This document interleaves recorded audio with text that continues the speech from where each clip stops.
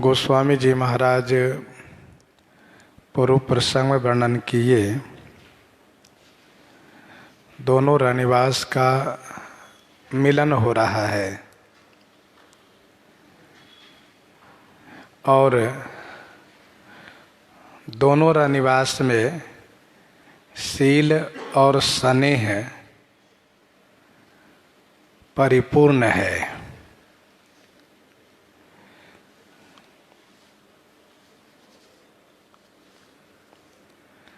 सभी का शरीर रोमांच है, शिथिल है, नेत्रों में प्रेमाश्रु भरा हुआ है। सब सोच की मुद्रा में बैठी हुई चरण के नख से भूमि को खोद रही हैं।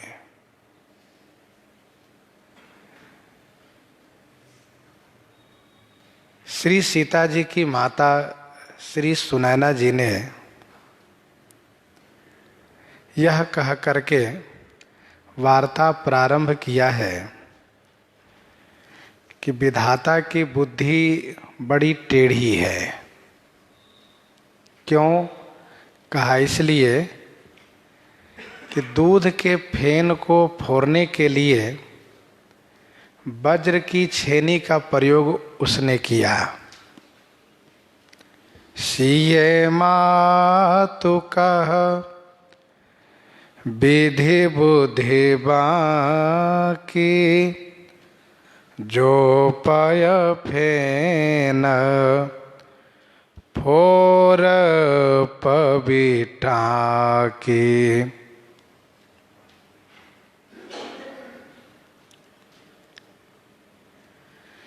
श्री सुनैना जी कहती हैं कि विधि श्री ब्रह्मा जी की बुद्धि बाकी है, अर्थात टेढ़ी है।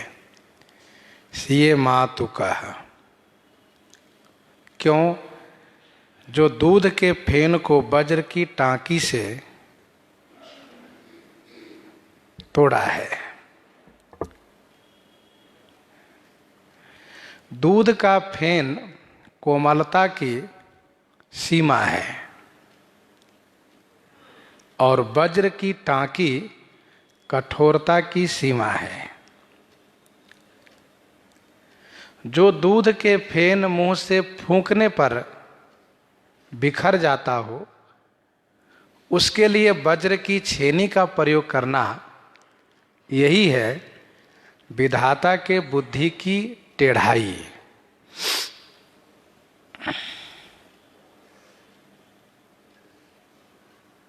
यहाँ पर श्री अयोध्या जी ही पात्र है। श्री अयोध्या जी पात्र है।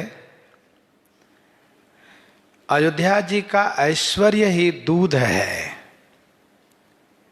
श्री राम जी, महाराजा श्री अवधेश जी, श्री कौशल्या जी, ये उस दूध के फेन के समान एकत्र रह रहे थे।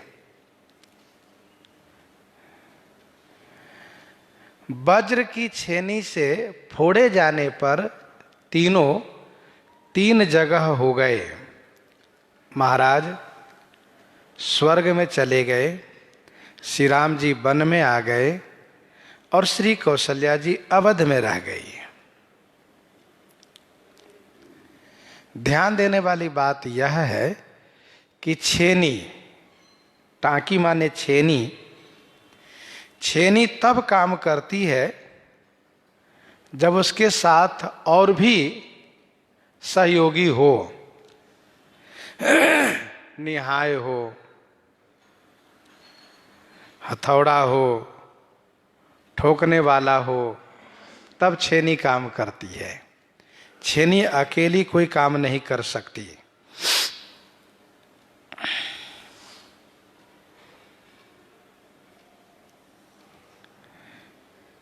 श्री कैकेयी जब तक स्वतंत्र विचार में, अकेले विचार में थी, तब तक कुछ नहीं कर सकी। जब उनके साथ साथ और भी सहयोगी मिल गए, तब उन्होंने यह सब कुछ किया। श्री कैकेयी छेनी है, टांकी। मंथरा हथौड़ा है, मंथरा हथौड़ा है। श्री सरस्वती जी हथौड़ा चलाने वाली हैं। और अयोध्या के प्रजाजन, अयोध्यावासी निहाय है। निहाय उसको कहते हैं जिसको नीचे रखा जाता है। वैसे भी सारा चोट निहाय के माथे पड़ती है, चोट सब निहाय के माथे ही पड़ती है। वैसे ही सारा कष्ट, सभी क्लेश अयोध्या वासियों के माथे पड़ा।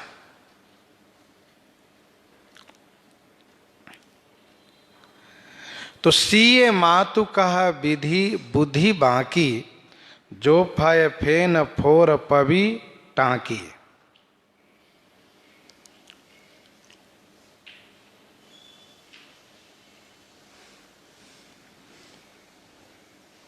सुनिए सुधा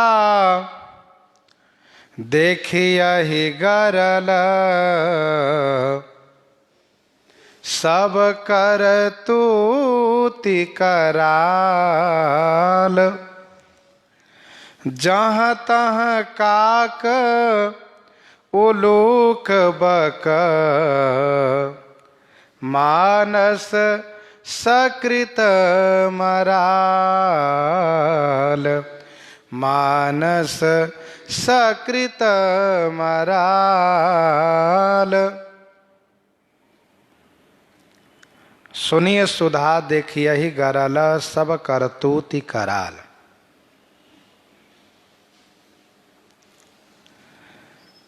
सुनने में आता है कि अमृत है संसार में,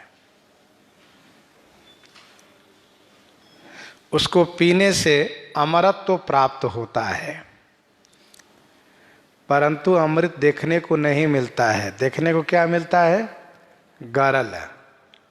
सुनिए सुधा देखियहि गरल। सुधा सुना जाता है, गरल देखा जाता है। सब करतूति कराल। श्री ब्रह्मा जी की सब करतूति माने सारी करनी, कराल माने भयानक है, भयंकर है। जहाँ तहाँ काक उलूक बक, मानस सकृत मराल। जहाँ तहाँ काक, उल्लू और बगुला दिखाई देते हैं। मानस सकृत मराल। मराल माने हंस,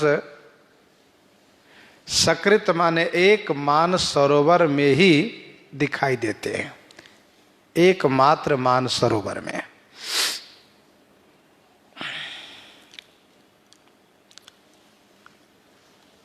सुनिए सुधा देखियहि गरल, सब करतूति कराल।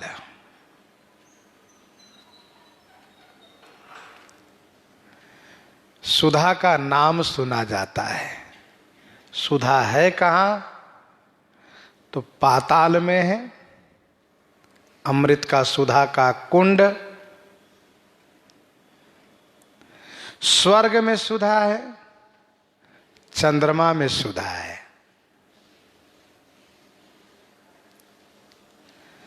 गरल, गरल सब जगह देखा जाता है। बहुत सी जहरीली वस्तुएं हैं जगत में, ये गरल। धतूरे के बीज वगैरह सब जहरीले ही तो है।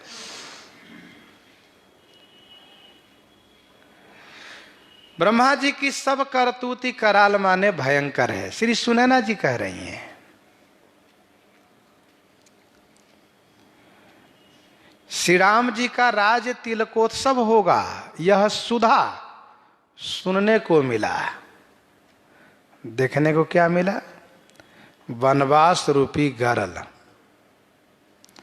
जहरवत गरल देखने को मिला। एक विधात ही दूषण देई सुधा दिखाई दिन विष जेहि। एक विधात ही दूषण देहि सुधा दिखाई दिन विष जेहि।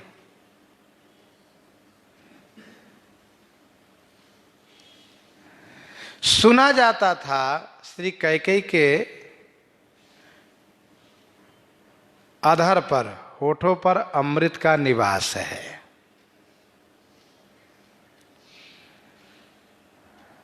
मन तब आनन चंद चकोरु।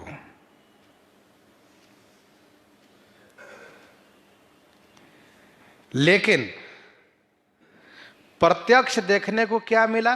उनके ओठों पर जहर। उन्होंने उस मुख से, ओठों से जहर ही तो दिया सबको।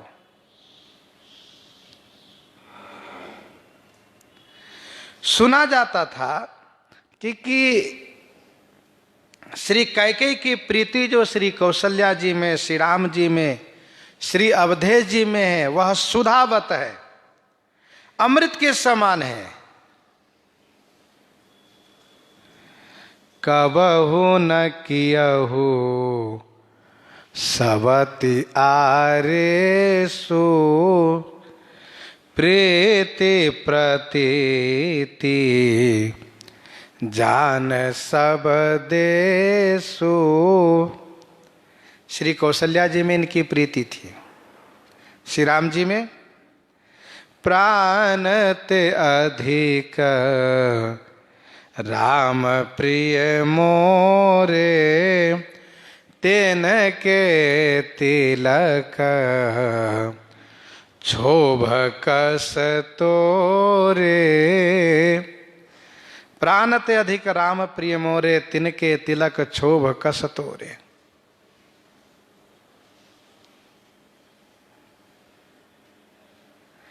और महाराज में राज ही तुम पर प्रेम विषेखी और गर्वित भरत मातु बल पी के। देखने में क्या आया? जहर। देखने में जहर आया। नैहर जनम भरब बरु जाई जियतन करबी सवति सेवकाई। जियतन करबी सवति सेवकाई।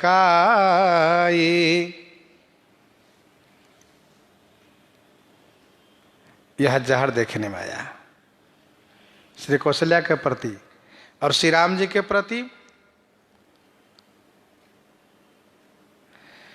होत प्रात मुनि बेश धरी, होत प्रात मुनि बेश धरी जो न राम बन जाहि। मोर मरन राउर अजस नृप समुझिए मन माहि। और महाराज के प्रति लखी महीप कराल कठोरा सत्य की जीवन ले यही मोरा।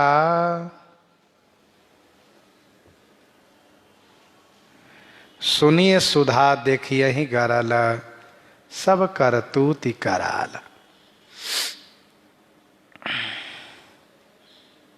शोक मोह व्याकुलता रूपी काक उल्लू बक जहां तहां देख पड़ते हैं, दिखाई देते हैं। और हंस तो केवल मानस सरोवर में ही रहते हैं।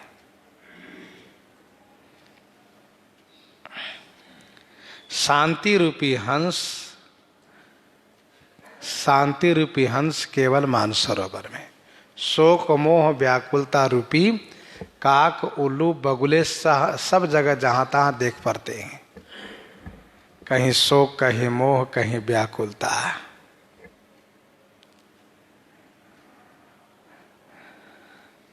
अर्थात शोक, मोह, व्याकुलता ही लोगों में दिखाई दिए, शांति तो केवल श्री राम जी में ही बनी रही। प्रसन्नताम यान गताभिषेक तस्तथा न ममले वनवास दुखतः मुकाम्बुज श्री रघुनंदनस्य मे सदास्तु सा मंजुल मंगल प्रदा। दूसरा भाव यह है, काक देवता, कौए के स्थान में देवता है। काक समान पाक रिपुरीति छली मलिन कतहु न प्रतीति। उल्लू के स्थान में मंथरा है। जिनको श्री राम जी के राज्य रूपी सूर्य अच्छा नहीं लगा, पूछे सी लोगन काह उछाहू, पूछे सी लोगन काह उछाहू, राम तिलक सुनि भाउर दाहू।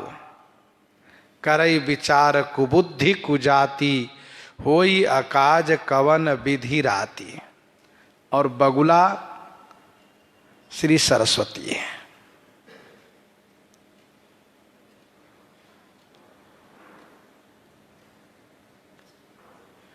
तो जहां तहां काक उलूक बका,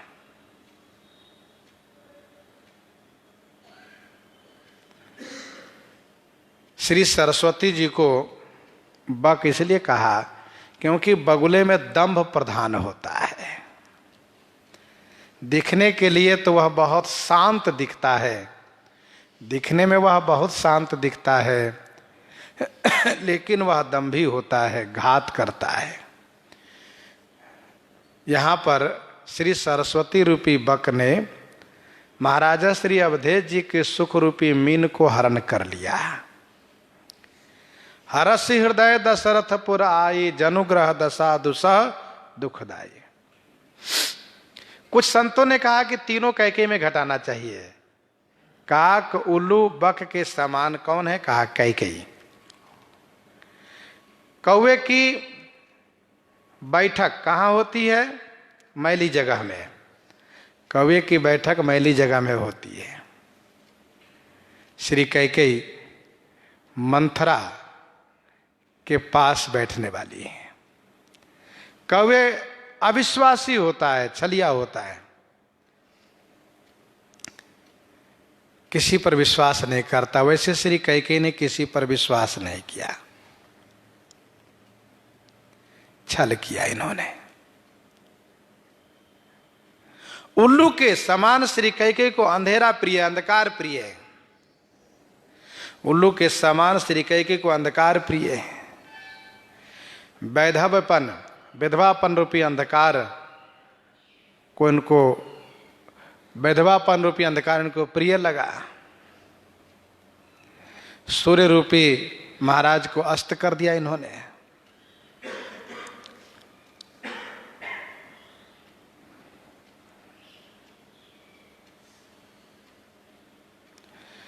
हंस के स्थान में श्री भरत है। हंस के स्थान में श्री भरत हैं। भरत हंस रविवंश तड़ागा। भरत हंस रविवंश तड़ागा, जन्म किन्ह गुण दोष विभागा।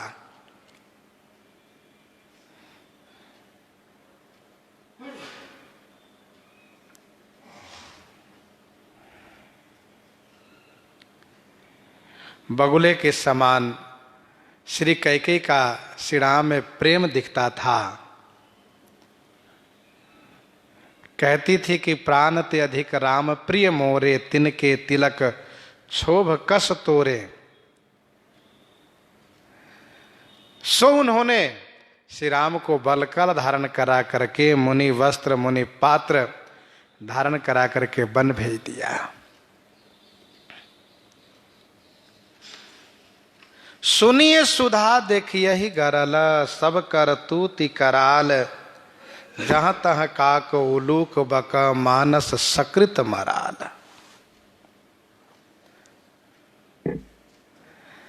सत्य बात यह है कि अच्छे पुरुष बहुत कम होते हैं। दोहावली 348 में गोस्वामी जी ने लिखा, जलचर थलचर गगनचर देव धनुज नर नाग।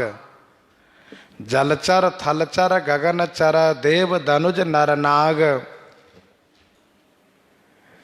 ये जितने हैं इन सभी में उत्तम मध्यम नीच गति 10 गुण बढ़त विभाग। भगवती श्री पार्वती जी कहती हैं, नर सहस्र मह सुनहु पुरारी, को एक होई धर्म व्रत धारी।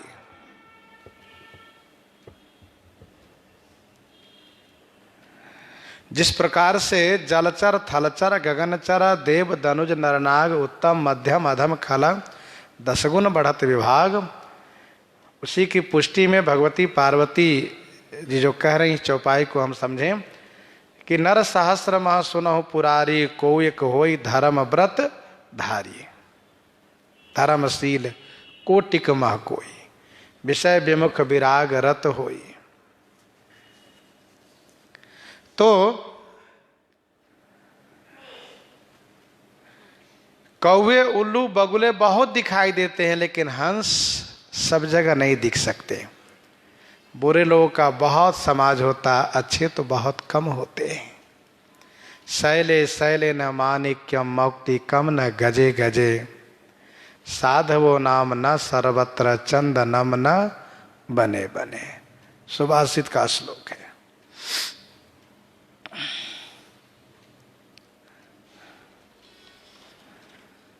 सुनी ससोच कह देवी सुमित्रा,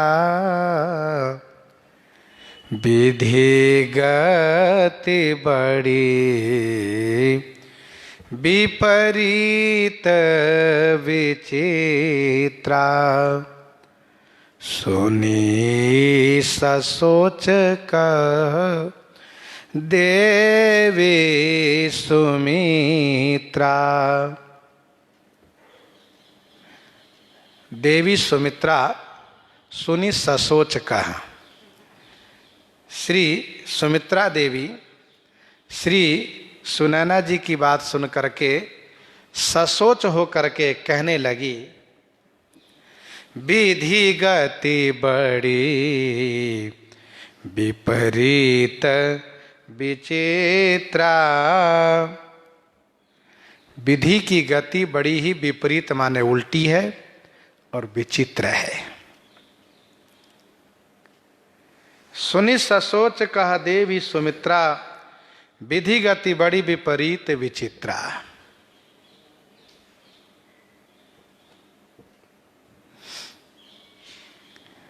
सुन करके श्री सुमित्रा जी बोल पड़ी, और वो भी ससोच होकर के बोली कि ब्रह्मा जी की गति बड़ी उल्टी है और बहुत विचित्र है। अर्थात इन्होंने श्री सुनैना जी की बात को अनुमोदन किया, समर्थन किया,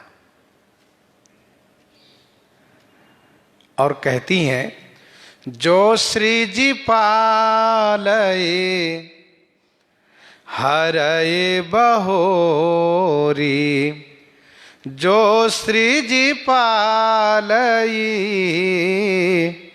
हरये बहोरी, बाल केलि सम विधि मते भोरी। जो श्री जी पालये हरये बहोरी। जो सृजन करते हैं, पालन करते हैं, बहोरी माने पुनः, हरई माने हरण करते हैं, संहार करते हैं। जो बनाते हैं, बढ़ाते हैं और फिर बिगाड़ देते हैं। बाल केलि सम विधि मति भोरी। बाल केलि सम विधि मति भोरी। विधिमति बाल केली सम भोरी। विधिमति ब्रह्मा जी की बुद्धि बाल केली माने बाल क्रीड़ा के समान भोरी है।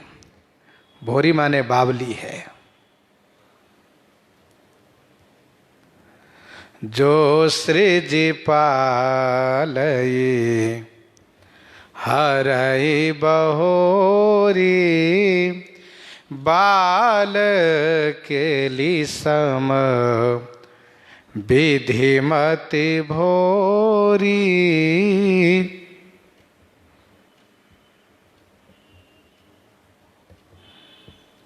जो सृजन करके, पालन करके और पुनः मिटा दे, उसको बाल बुद्धि ही तो कहेंगे। बालक लोग जब खेल खेलते हैं तो मट्टी का घरौंदा बनाते हैं, और उस वक्त यदि कोई उसको छेड़ता हो तो वह नाराज हो जाता है। उसको उस कार्य पर बड़ी ममता होती है, बढ़िया बनाता है, बहुत आनंदित होता है, और फिर जब उसको घर चलने का समय होता है तो लात से मार मार करके उसको मिटा करके फिर घर चल देता है। बाल केली सम, बाल क्रीड़ा के समान विधाता की बुद्धि बावली है, श्री सुमित्रा जी कह रही हैं। जो बनाता है वो मिटाता नहीं, जो पेड़ लगाता है काटता नहीं है।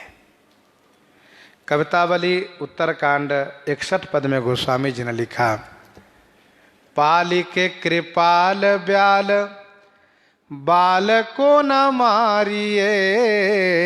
पाली के कृपाल ब्याल बाल को न मारिए, और काटिए न नाथ बिसहु के रुख लाई के। और काटिए न नाथ बिसहु के रुख लाई के।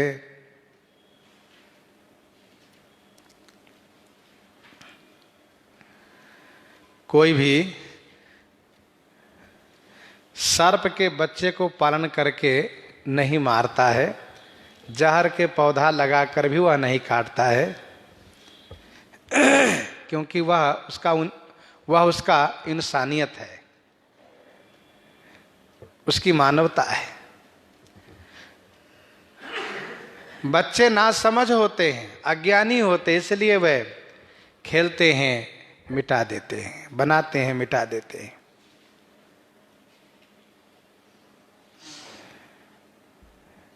जब श्री सुमित्रा जी ने श्री सुनैना जी की बात को अनुमोदन करके श्री ब्रह्मा जी पर दोष को प्रस्थापित किया, ब्रह्मा जी की बुद्धि ही ऐसी है,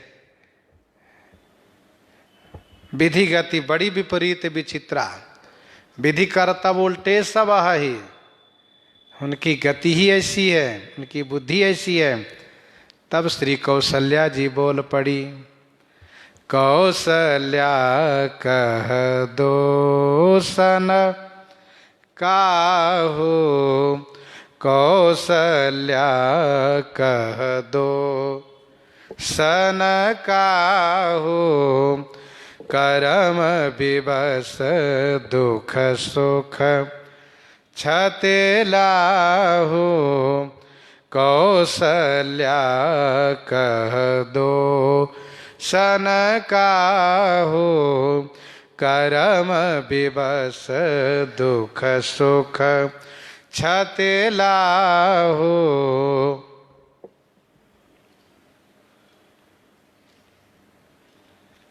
कौशल्या कह दो सन काहू, करम विवश दुख सुख छति लाहू। श्री कौशल्या जी ने कहा, किसी का दोष नहीं देना चाहिए, किसी का दोष नहीं है, किसी को दोष नहीं देना चाहिए। कर्म विवश दुख सुख क्षति लाभ। कर्म विवश, कर्म के अधीन होने से दुख सुख क्षति माने हानि और लाभ की प्राप्ति होती है।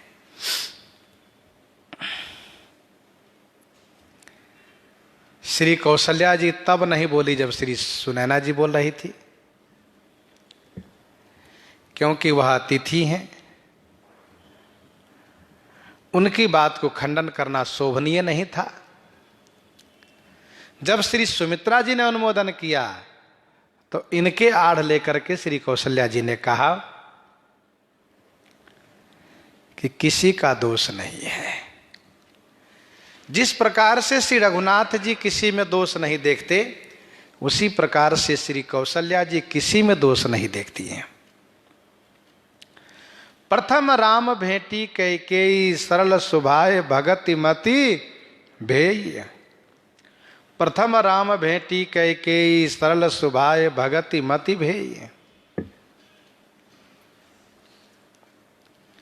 इन्होंने कहा कर्म विवश दुख सुख क्षति लाहु। कर्माधीन होने से कभी दुख होता है, कभी सुख होता है, कभी हानि होती है, कभी लाभ होता है।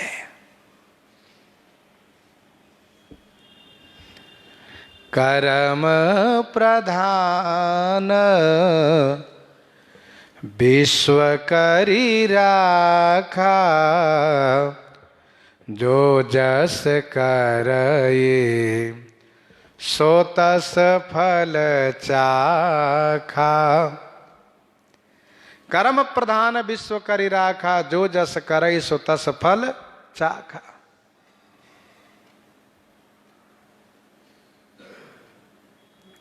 कर्म विवश दुख सुख क्षति लाभ।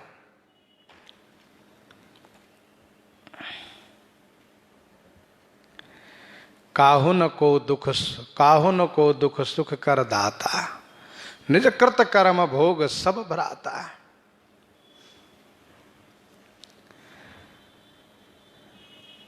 श्री कौशल्या जी कह रही हैं, और इसीलिए कवितावली अयोध्या कांड 4 पद में इनके लिए कहा रावरे स्वभाव राम जन्म ही ते जानियत।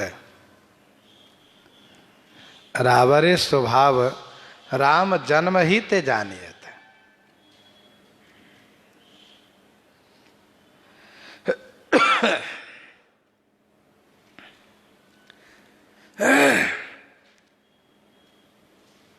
चार वेद 6 शास्त्र में बात मिली है दोए।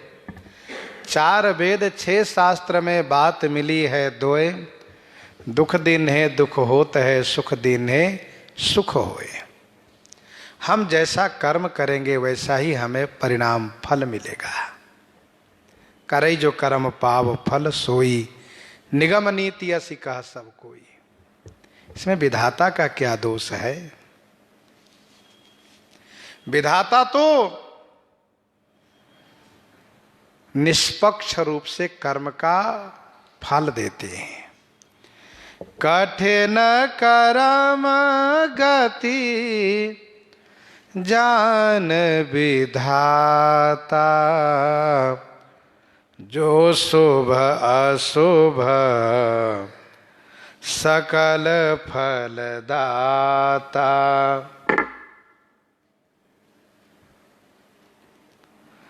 कठिन कर्म गति जान विधाता। जो शुभ अशुभ सकल फल दाता। विधाता कठिन कर्म की गति को जानते हैं। शुभ कर्म अशुभ कर्म जो जीव के होते हैं उसी के अनुसार सकल फलदाता सभी फल प्रदान करते हैं। कठिन कर्म गति जान विधाता।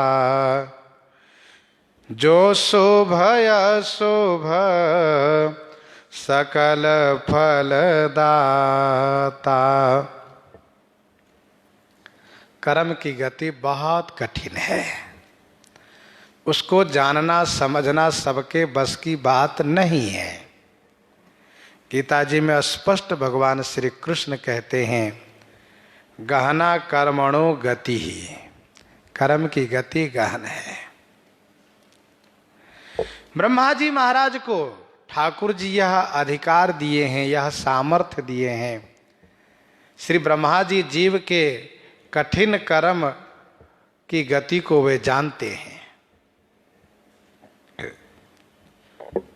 और उसके कर्म के अनुसार ही उन्हें फल प्रदान करते हैं। जीव कर्म बस सुख दुख भागी, जीव कर्म बस सुख दुख भागी। अपने कर्म से ही सुख दुख के भोगता होता है जीव।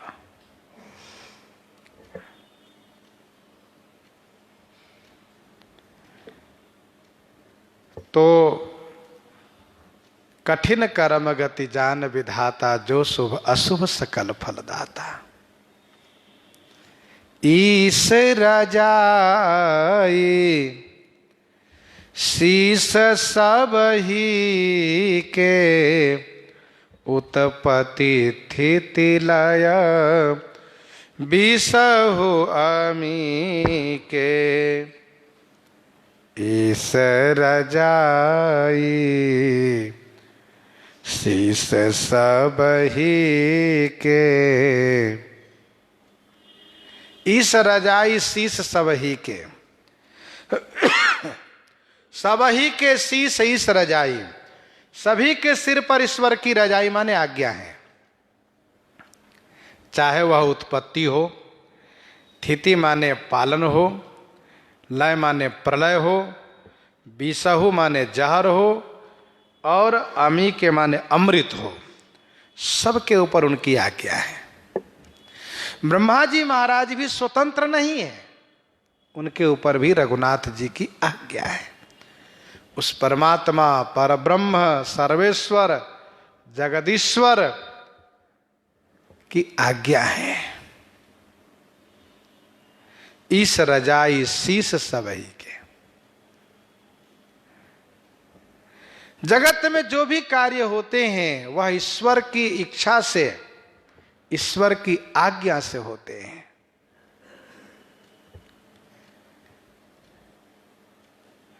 गुरु श्री वशिष्ठ जी ने इसी बात को कहा, विधि हरिहर शशि रवि दिशि पाला। विधि हरिहर शशि रवि दिशि पाला, माया जीव करम कुलिकाला। अहिप महिप जहां लगी प्रभुताई, जोग सिद्धि निगमागम गाई। करी विचार जिय देखहु नीके, राम रजाई शीस सबही के। करी विचार जिय देखहु नीके, राम रजाई शीस सबही के।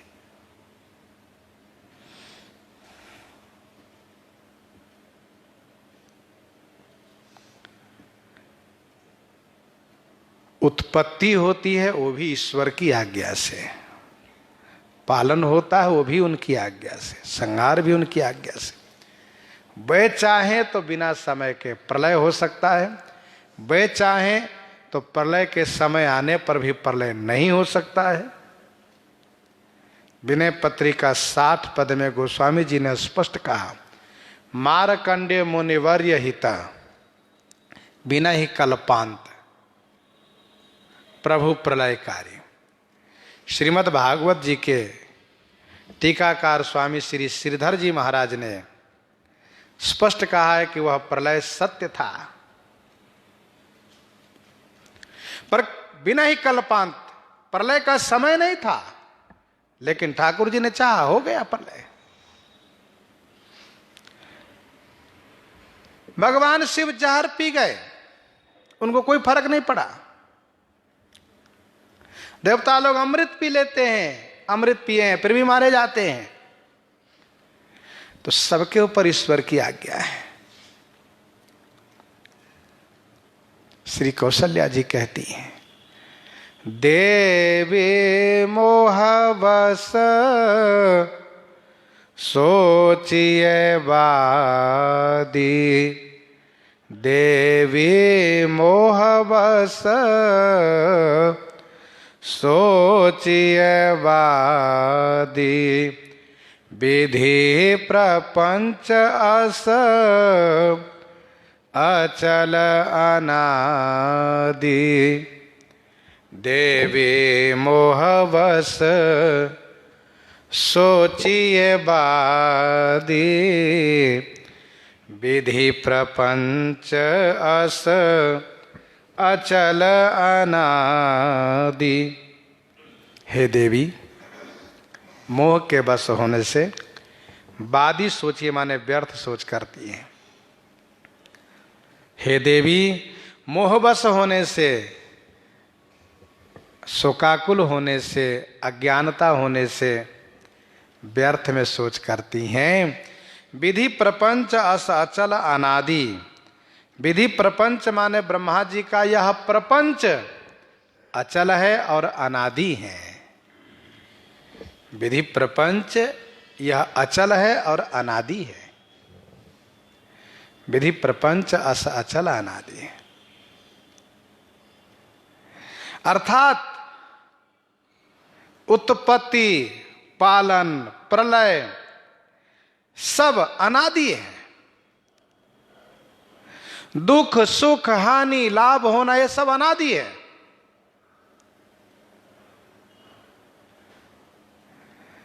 जन्म होना, मरण होना, दुख होना, सुख होना, हानि होना, लाभ होना, मिलन होना, बिछुड़न होना, अच्छा होना, बुरा होना, ये सब अनादि काल से चली आ रही रीति है। विधि प्रपंच असचल अनादि। विधि का प्रपंच अचल है और अनादि है।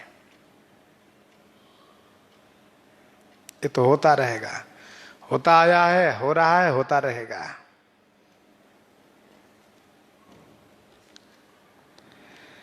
कहाँ घटना नहीं घटती है, कहाँ मरण नहीं होता है, कहाँ जन्म नहीं होता, कहाँ दुख नहीं आता, कहाँ सुख नहीं होता है, कहाँ हानि नहीं होती, कहाँ लाभ नहीं होता। कोई ऐसा देश हो, कोई ऐसा प्रांत हो, कोई ऐसा प्रदेश हो, कोई ऐसा परिवार हो, ऐसा कोई तो नहीं है। भूपति जियाब मरब उर आनी। भूपति जियाब मरब उर आनी। सोचिए सखी लखी निज हित हानि। भूपति जियब मरब उर आनी। सोचिए सखी लखी निज हित हानि। भूपति जियब मरब उर आनी। सोचिए सखी लखी निज हित हानि। भूपति जियब मरब, भूपति महाराज का जीना और मरना उर आनी माने हृदय में ला करके हम जो सोच कर रही हैं ना, हे सखी, वो क्या है कि निज हित हानि लखी। अपने हित की हानि को देख करके हम सोच कर रही हैं।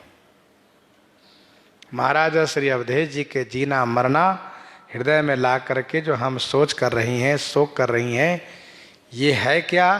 तो अपने हित की हानि समझ करके हम सोच कर रहे हैं। जिनको, जिनसे जितनी अधिक आत्मीयता होगी, जो जितना करीब का होगा, जो जितने अधिक रिश्ते में होंगे, नाते में होंगे, उनके मरण पर, उनके मृत्यु पर उतना ही अधिक शोक प्राप्त होता है। इसका मतलब ये नहीं केवल उन्हीं का मरण हुआ है। मरण की खबर तो हमेशा मिलती रहती है। अमुक मर गए, अमुक मर गए। किसी प्रसिद्ध श्मशान घाट में जाइए तो नित्य संस्कार होता रहता है। श्री अयोध्या जी, श्री काशी जी के श्मशान घाट में देखिए, और एक दो नहीं, दर्जनों की संख्या में कोई आ रहा है, कोई जा रहा है, संस्कार हो रहा है। पर होता क्या है, जो जिनको संस्कार करने आया है वह उनके लिए शोकाकुल है। बगल में जिसका संस्कार हो रहा है उनसे उनको कोई मतलब नहीं है। क्यों? क्योंकि उनसे उनका कोई स्वार्थ नहीं रहा है। इतना ही कर देखो इनका भी स्वर्गवास हो गया। लेकिन उसके लेकर के क्या उनके हृदय में पीड़ा है, दर्द है? कहा नहीं, ऐसा कुछ नहीं है।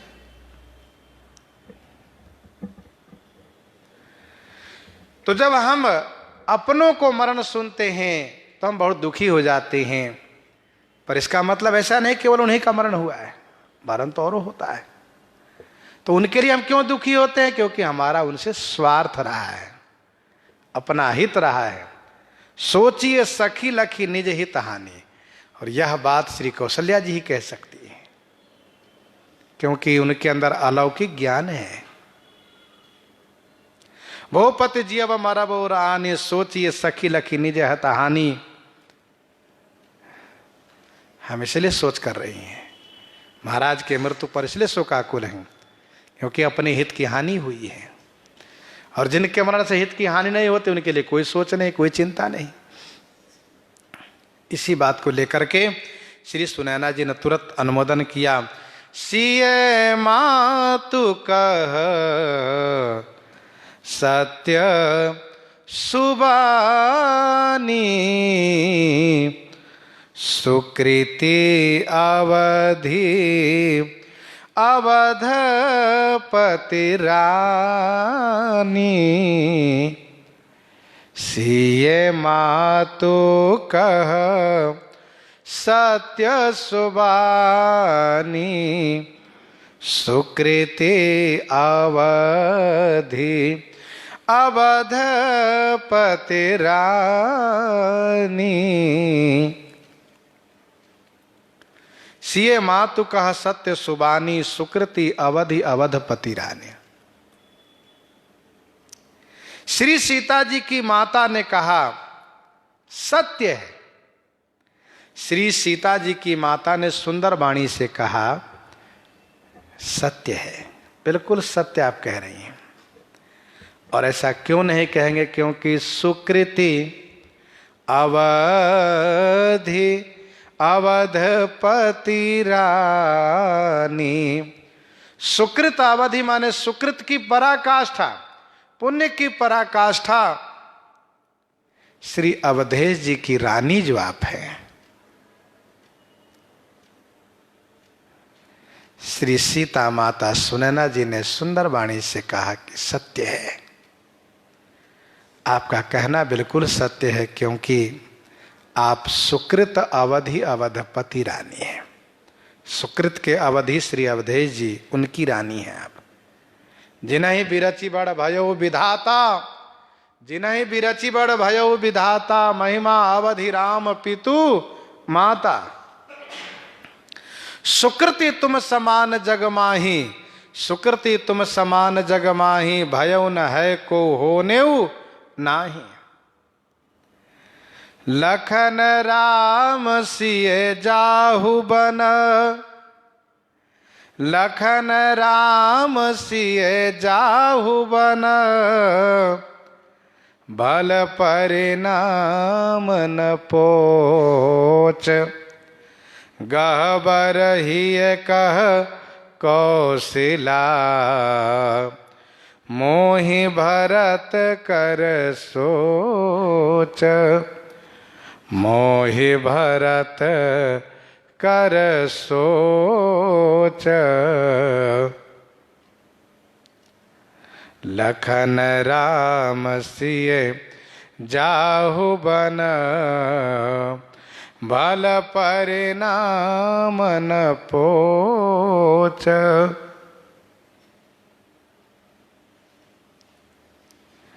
लखन राम सिए जाहु बन, भल परिणाम न पोच।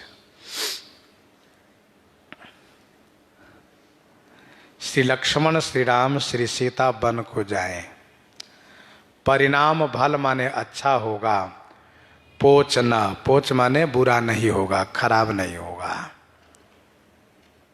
परंतु श्री कौशल्या जी गहवर हृदय कहती, श्री कौशल्या जी गहवर ही से कह रही हैं। गहवर माने गंभीर हृदय से, गदगद हृदय से, दुखी हृदय से कह रही हैं कि मोहि भारत कर सोच, मुझे सोच है तो भारत का। श्री कौशल्या जी ने इस बात को गहवर ही ये कहा। गहवर माने दुखी हृदय, गदगद हृदय। उन्होंने कहा कि लक्ष्मण, राम और श्री सीता तीनों वन को जाएं, परिणाम अच्छा होगा, बुरा नहीं होगा। क्यों? क्योंकि धर्म पथ पर चल रहे हैं।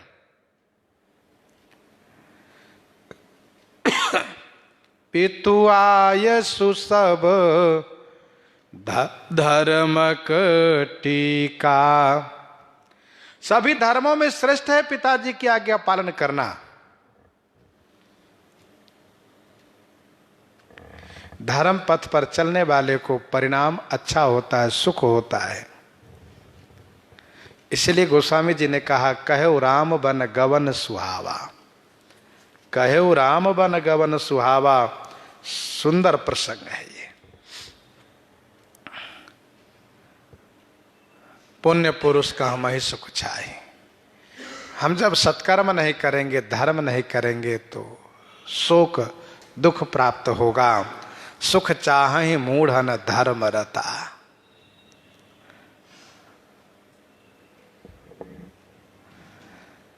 श्री कौशल्या जी कहती हैं कि श्री राम का वनगमन तो सुखद ही होगा, लेकिन मुझे चिंता है तो भरत की चिंता है। क्यों?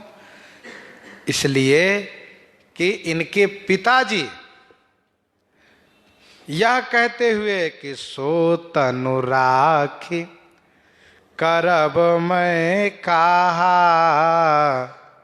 जेहि न प्रेम पन मोर निवाहा।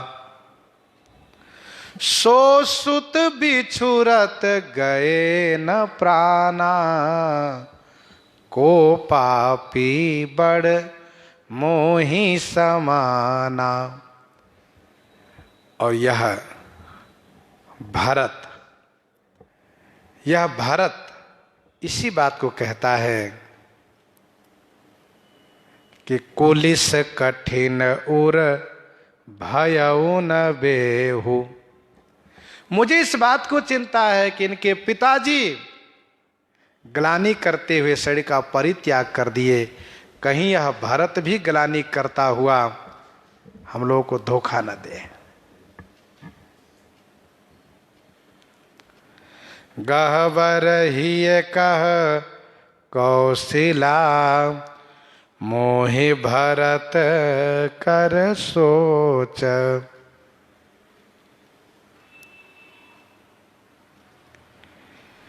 श्री कौशल्या जी श्री राम की शपथ करके श्री भरत की बड़ाई कर रही हैं और श्री सुनैना जी से अपने मन की बात कह रही हैं। प्रसंग को हम आप यहीं पर हृदयंगम करते हैं। आइए श्रवण करते हैं श्री विनय पत्रिका।